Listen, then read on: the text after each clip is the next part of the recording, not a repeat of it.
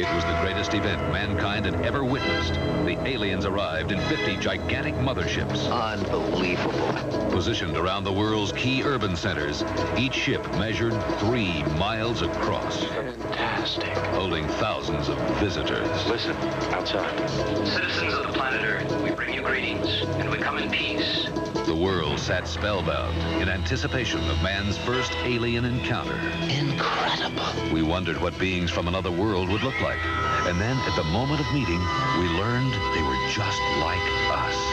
He doesn't even look like Mr. Spock. We have come because we need your help. Our planet is in serious environmental difficulty. Their purpose on Earth, to save their dying world. The visitors desperately needed to import manufactured chemicals not found on their planet. And in return, we will gladly share with you all the fruits of our knowledge. The visitors were warmly welcomed into every facet of our culture. It became a kid's dream to sign up with the Visitor Youth Corps. They earned our friendship, and sometimes even more.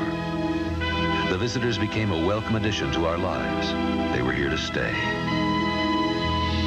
Mike Donovan and his colleague Christine Walsh became the celebrated TV news crew to cover visitor affairs. But one night, aboard the mothership, Donovan made a startling discovery. The operation is working perfectly. The visitors were lying. They were not like us.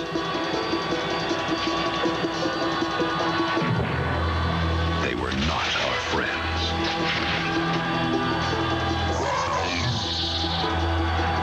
Donovan rushed back to get his hot story on network television.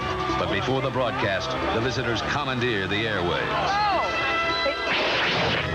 The alien spokesman, John, announced to the world that Mike Donovan was a threat to society, as was anyone who questioned the visitors' mission of peace and universal friendship.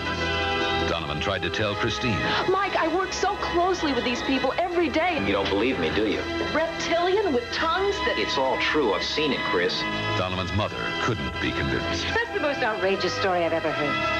He became a fugitive. The aliens were determined to kill him before he spread the truth. But soon more people began rebelling against the visitors' stranglehold. However, anyone who tried to escape was taken prisoner. One person did listen to Donovan. Why don't you tell us what you know? Juliet Parrish and her small group of resistors were the first not to doubt his incredible story. Believe me. Juliet had a plan for the group to fight back. We have to arm ourselves. They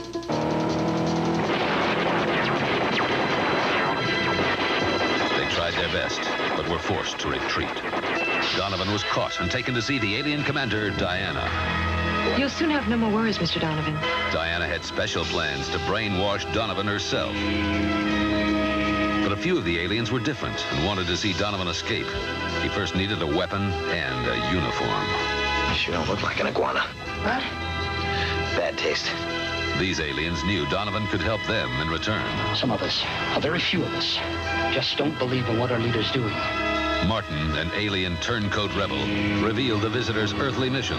It was not to fill the mothership tanks with special chemicals. You are here to take the water. And Donovan learned that his 9-year-old boy was one of millions held in special chambers to be used as food. My son is in here somewhere. Juliet Parrish and the resistance rebels managed to win their first battle. V for victory became their symbol, but they know. The war is just beginning. And for one young girl left pregnant with this alien's child, a nightmare is on its way. Tonight, the saga continues as V, the final battle, begins. Prepare yourself for the last war mankind may ever fight. Time is running out for those who know the truth. They must expose the visitor's secret enterprise. But the resistance force is surrounded by alien armies, and more are on their way. For Donovan and Julie, these may be their final days together, and the final days of man on Earth. Donovan must face the aliens to free his son from the mothership, and Diana is waiting for him to try. A war where the prize is our planet, pitting mother against son, neighbor I'm warning you. against neighbor, and allies against each other. No! A war where one baby's birth is the most anxiously awaited moment in history. A war where everything you can imagine happens.